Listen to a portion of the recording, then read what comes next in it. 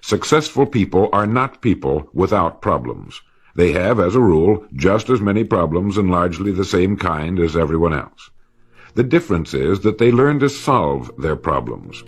Successful living is nothing more than the ability to solve successfully the problems which are as much a part of living as breathing.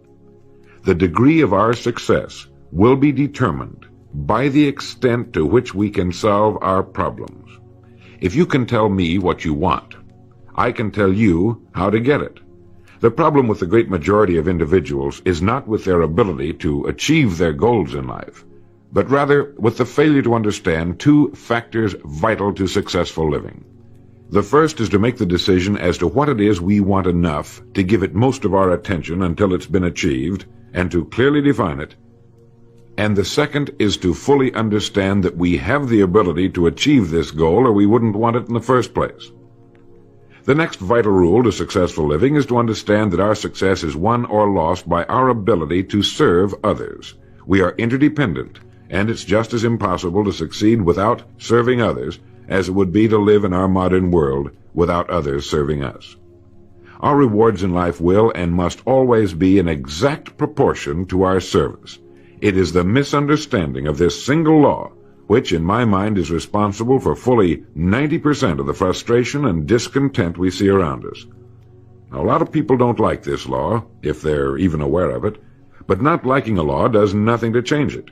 The basic laws of nature and economics are unchanging. If we're out of step with them, we are, as Thomas Huxley put it, checkmated, without haste, but without remorse.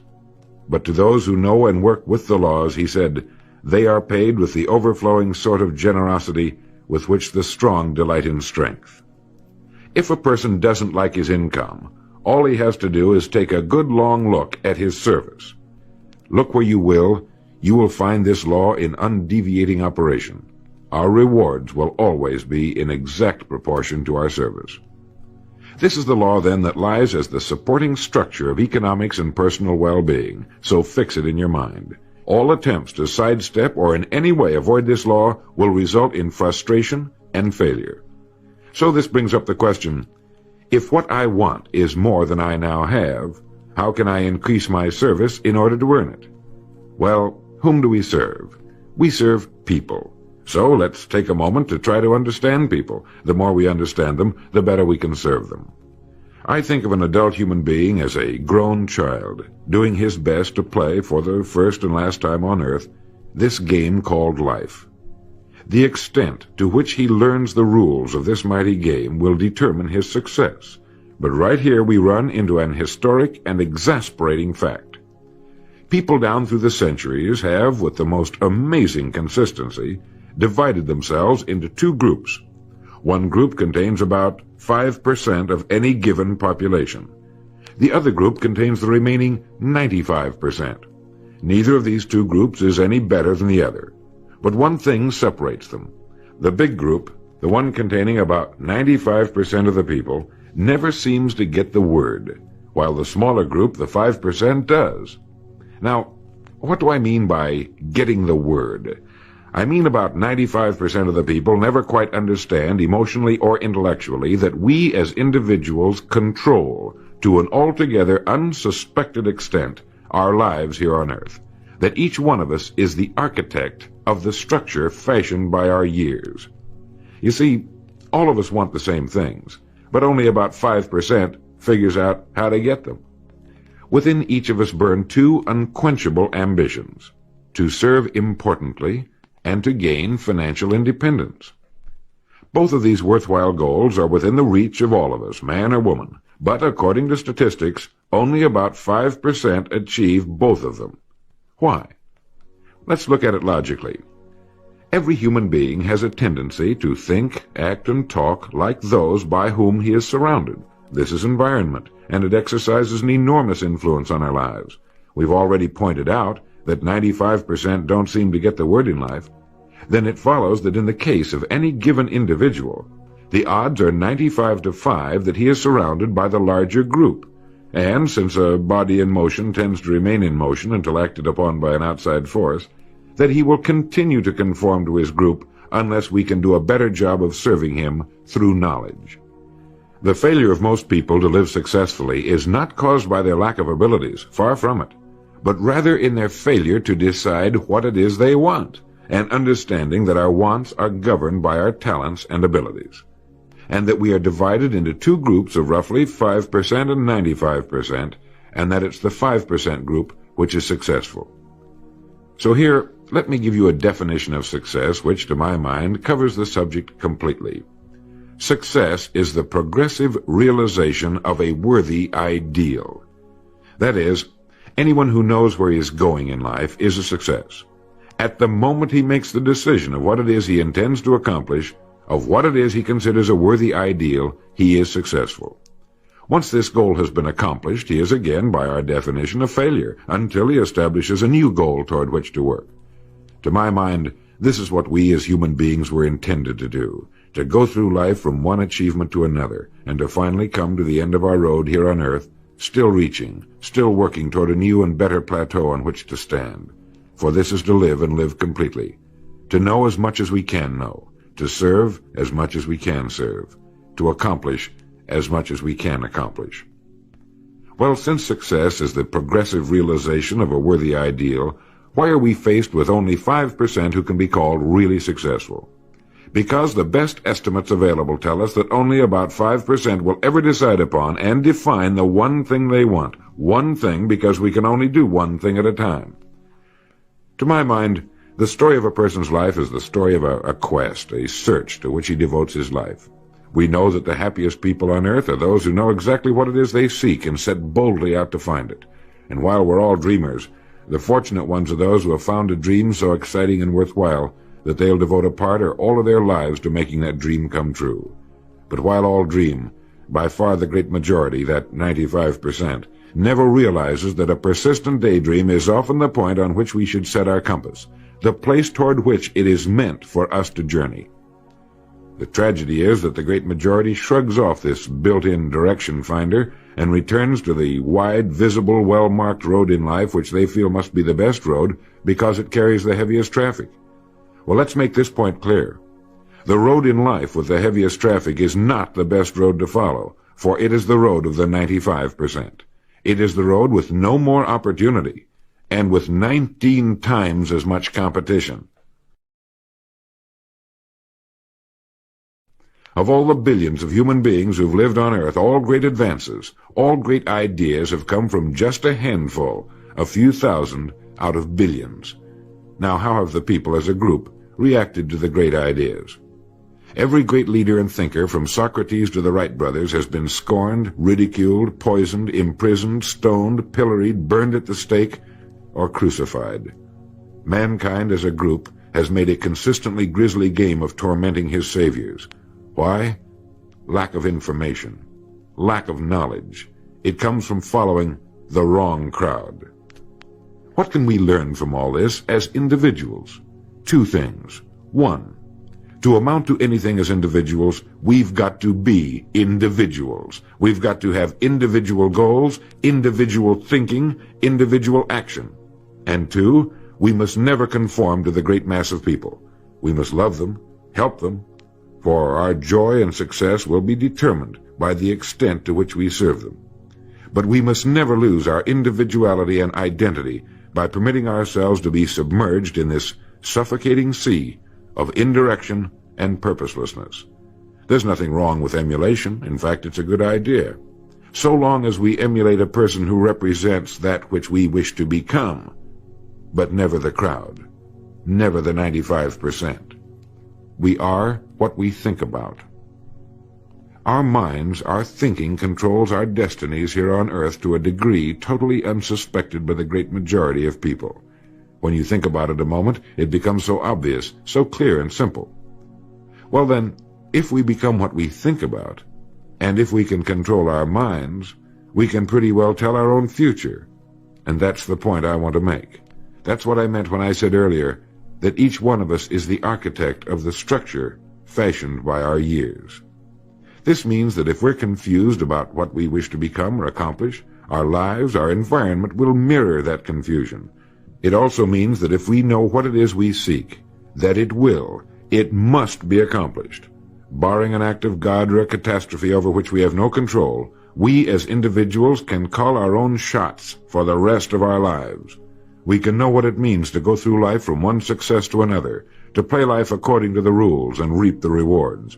We can know what it means to have peace of mind and live calm, cheerful, successful lives. You are at this moment the sum total of your thoughts to this point, for there is nothing else you can be. And 5 years from now, you can be and have anything you set your entire mind and heart upon. Succeeding in life has always been a matter of doing that which the great majority does not do. Now let's keep this in mind as we get into this business of goals. It isn't that I want to make an invidious comparison between the 5% and the 95%, not at all. That's just the way it is. And if we don't recognize it, it will be to our cost. At the beginning of this record, I made the statement, if you can tell me what you want, I can tell you how to get it. You see, the trick is not in achieving our goals, it is in establishing them. A ship would never leave a harbor if it did not have a destination. An industrial plant would never open its gates if it did not have a product or a purpose. Football would not be played without goalposts, nor would baseball without a home plate. Every business operates for a purpose. Every game has a reason. Getting back to the analogy of our ship, if you were to climb to the navigation bridge and ask the captain the name and location of his next port of call, he would tell you immediately. There's not the slightest doubt in his mind. Can you tell anyone your destination just as quickly and in one sentence? The captain of the ship knows that he can arrive at only one port at a time. He knows that it's impossible to arrive at two. Do you know that? He also knows that his destination will be invisible for fully 99% of his voyage, but he knows it's there, and that he'll reach it, barring an unforeseen catastrophe, if he will just keep doing certain things a certain way every day. One fine morning his destination will appear on the horizon. He'll sail into port, his voyage successfully completed. When his business has been accomplished, he'll then sail to another predetermined port of call, and this will take him and his ship from one success to another for the rest of both of their lives. By understanding that he can reach only one port at a time, the owner of a ship can, in the short space of a very few years, reach hundreds of ports successfully. There'll be problems, lots of them, but they'll be solved, and the ship will steam its solitary course over the deep oceans of the world, devoting its life to accomplishing its mission and contributing its share to the welfare and economy of the world. Men and women who follow this sensible, obvious, and meaningful way of life will do the same. But the paradox is that most are like ships without rudders. They're subject to the whims of wind and tide. And while they hope they'll one day arrive in a rich and bustling port, you and I know that for every narrow harbor entrance, there's 1,000 miles of treacherous and rocky coastline. The chances of their just drifting into port are 1,000 to 1 against them. These are the unfortunate people who, not knowing the rules, believe that circumstance controls our lives. They believe in luck and superstitions, fate, the breaks. They believe that success comes as the result of who you know, not what you know. And while they cling to their false alibis, life passes them by. For the rules of life are just, and they are checkmated, without haste, but without remorse. Now what about you? Remembering that the definition of success is the progressive realization of a worthy ideal, what's the ideal toward which you are working, now, today, yesterday, and tomorrow? Can you write it in one sentence? Is your goal sharply and clearly defined? I mentioned on the first side of this record that I could tell you how you could be and have anything you set your mind on in 5 years. To better understand this, you must examine one of the most overlooked facts in the world. It is that every job, no matter what it may be, holds somewhere within itself the key to everything we want in life, the key to greatness. But we must look for it, and we must think. Decide to become a professional at your business. You see, we can either compete or create. If we compete with all the other people in our line of work, we must be willing to accept the same rewards. If that's what we want, fine. But if we want to become professionals at what we do, then we must create. And when we begin to do this, there's no limit to that which we can achieve. We hear a lot these days about a word called security. Everyone wants security, but not 1 in 10 can tell you what it is. Most people will tell you that security rests with a job. This is impossible. There is no such thing as a job that represents security. Anyone with a job can lose it for any one of 1,000 reasons at any time. There is only one place on earth you can find security, and if it isn't there, it isn't anywhere. It's inside of a person, never outside. If a man has security inside, where it belongs, his wife and children can feel it when he sits down to eat with them, and they're warmed by it. If a man has security inside where it belongs, you can see it walking down the street, and you can feel it when he enters a room. That's security, and you can't take it away from him. You can take away his money, his home, everything but a wife who's willing to start over, and most of them are, and drop him anywhere in the country. Go back in a year, and he'll be doing just as well as when you found him the first time. You can't keep a good man down, no matter what you do to him. Like cream on milk. You can shake it all day, but just set it down for a while, and it'll bounce right to the top again. This man or this woman has security, where it belongs. And do you know where it comes from? It comes from doing what we do for a living surpassingly well. It comes from being a pro in a world of amateurs.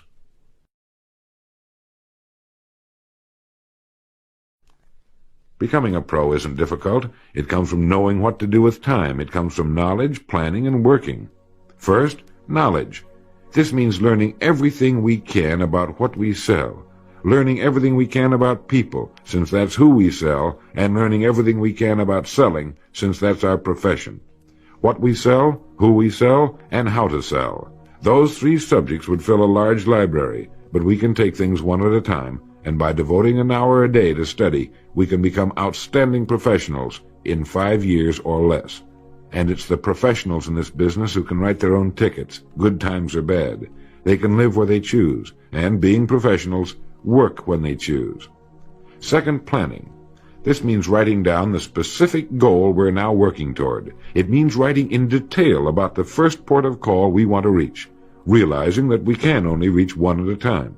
It means selecting the income we feel will represent financial independence to us. Once this has been selected, we know exactly what we must do in order to reach it. As soon as our first goal has been reached, we can set a new one. The person who does this is the person people call lucky. Good things just seem to happen to him. The so-called breaks start coming his way. But it's a result of planning and working positively that attracts the good things to us. I can't emphasize too much the importance of describing your goal in detail. If it's a beautiful new home, get the actual plans, or at least an elevation drawing of the home, and carry it with you so that you can look at it regularly. If it's a certain amount of money, write down the specific amount for the coming year to the penny, and then work your plan. Whatever your goal may be, write it down in detail. Then you're like the ship. You're on course, and you reach more successful ports in a few years than most men do in a lifetime. And third, working. Working more than the average, if we're going to achieve more than average results, is necessary, of course. But with proper planning and with knowledge, it seems easy. Moreover, to work, we need energy, and energy is inextricably linked to desire. Unless we have a desire to do a certain thing, we find ourselves without the energy. But you will never find desire without energy. Once our goal has been crystallized in our minds and we realize that we become what we think about, our doubts vanish as to whether or not we can achieve our desired ends, and with the picture of our dream in our mind, we have abundant energy. Compared with what we ought to be, we're only half awake. Our fires are damped, our drafts are checked. We're making use of only a small part of our possible mental and physical resources. Stating the thing broadly, the human individual thus lives usually far within his limits. He possesses powers of various sorts which he habitually fails to use. He energizes below his maximum, and he behaves below his optimum. And then he wrote, excitements, ideas, and efforts, in a word, are what carry us over the dam. He goes on in this excellent essay to point out that we have deep reservoirs of abundant energy that we habitually fail to use, and that by pushing past the first false feeling of fatigue, we will find an exhilarating second wind that will take us to our goals. This is why in studying the lives of the world's great men and women, we find they seemed to be indefatigable. Work meant nothing to them, because what they were doing, where they were going, filled their entire worlds. Frequently, people find it difficult to establish a goal toward which to work. Realizing that we cannot be successful without a goal, here's a good way to solve the problem. Get off by yourself and where you can think without being disturbed. Then write on a sheet of paper a complete description of the person you would like to be and the things, in being this person, you would have. Once this has been done, start acting the part of the person you wish to become. Carry as often as you can a clear mental image of the person you want to be and begin to be that person. Soon this will become so knit with habit it will lead you without fail to the goal you seek. You see, when you begin to do this, you're using your greatest power, your mind, and you will become what you think about. The only thing about a man that is a man is his mind. Everything else you can find in a pig or a horse. Think about that line until you know what it means. The only thing that sets us apart as human beings is our divine minds. Everything that means anything to us, our love of our families, our faith, our dreams, our talents and abilities, our religion, everything we know, is connected to us solely through our minds. Our minds represent our hope and our future. Yet, as a rule, it is the last place the average person will turn to for help. Your mind contains riches beyond belief, but you must prospect this rich and largely unexplored continent, and the only way it can be prospected is by systematic study and systematic thinking. Your mind is like a muscle. It will develop only to the extent that you use it, no more. By devoting an hour a day to study, you're building your mind into a powerful and creative servant. If you only do this 5 days a week, it comes to 260 hours a year. That's 1,300 hours in 5 years, or the equivalent of 162 8-hour days devoted to study and research. Believe me, if you'll do this, in 5 years you'll be one of the most accomplished professionals in your field, and you'll have the world on a string. You will virtually be able to write your own ticket. The average man works 8 hours a day, about 50 weeks a year, for 40 years. That's time enough to become great at anything. The time will pass anyway. We might as well reap the rewards. So now, let's sum up and reduce the whole thing to a workable formula, a set of rules for this game of life that cannot fail to take us to where we wish to go. The first and most important thing to remember is the rule that controls our life. We become literally what we think about. This means that we must establish a worthwhile goal toward which to work, a goal that will occupy our minds most of the time. This goal should be written out or illustrated. We should look at it and restate our purpose every morning, every night, and as many times during the day as we can. We must fully understand, emotionally as well as intellectually, that whatever it is we set our heart upon will become real in our lives. We must also remember the law that lies as the basic foundation for all economics and personal well-being as well. Our rewards will be in exact proportion to our service, and if we want to get into the top 5% of the people, we must often cut ourselves away from the effects of our environment and become individuals with individual goals, individual thinking, individual actions.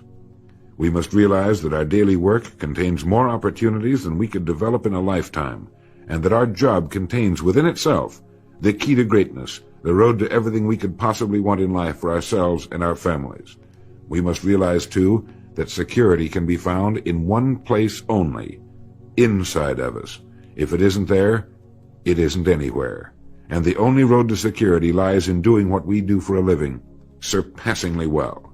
And lastly, that we must become professionals at what we do, and that becoming a pro involves knowledge, planning, and working. Knowledge of what we sell, who we sell, and selling. Planning by establishing the goal, which automatically establishes our work pattern. The great salesman is like the great golfer. It looks easy the way he does it, because it is easy the way he does it. But it took time, dedication, and work in its accomplishment. Is it worth it? You bet it is.